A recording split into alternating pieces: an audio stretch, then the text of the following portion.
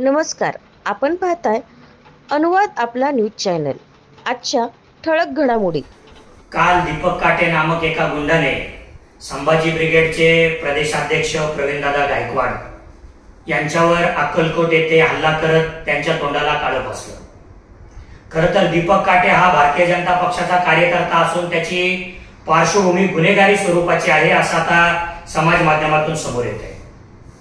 आपल्या एखाद्या गुंडगिरीची पार्श्वभूमी असलेल्या कार्यकर्त्यांकडून अशा प्रकारे हल्ला करणे हे भारतीय जनता पक्षाने काही नवीन असं वेगळं केलेलं नाही.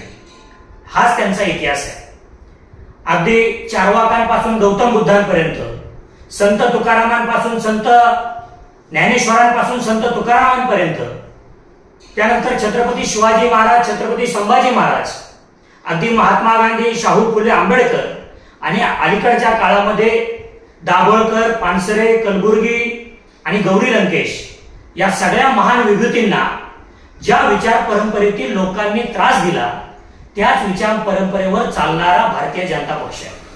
आणि कालचा हा हल्ला देखील याच विचार परंपरेवर विश्वास असणाऱ्या एका भारतीय जनता पक्षाच्या कार्यकर्त्यांनी केलेला आहे. मात्र मित्रांनो, आपण सर्वांनी हे लक्षात घेतलं पाहिजे की ज्या ज्या महान विभूतींना या विचार परंपरेतील लोकांनी त्रास दिला याच महान विभूतींना डोक्यावर घेऊन नाचण्याची वेळ या लोकांवर आलेली आहे. कारण आजही या लोकांना परदेशात गेल्यानंतर भारत हा गौतम बुद्धांचा देश आहे असं सांगावं लागतं. परदेशात गेल्यानंतर महात्मा गांधीजींच्याच पुतळ्यांसमोर यांना नतमस्तक व्हावं लागतं. ज्या छत्रपती शिवाजी महाराजांची बदनामी करण्यासाठी यांनी जंग पछडले, त्या छत्रपती शिवाजी महाराजांनाच डोक्यावर घेऊन यांना नाचावं लागतं.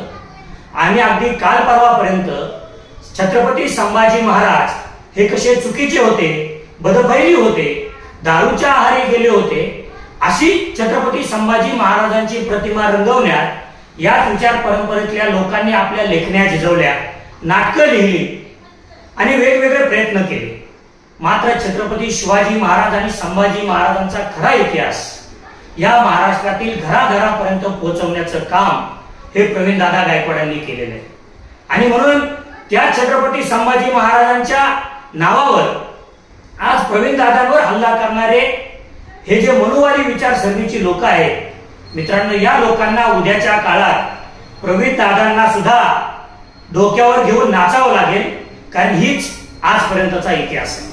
आणि म्हणून मला त्यांना सांगायचंय की ज्याचं कार्य आणि कर्तृत्व मोठं असतं त्याला काळं फासून ते कार्य कर्तृत्व लपवता येत नाही.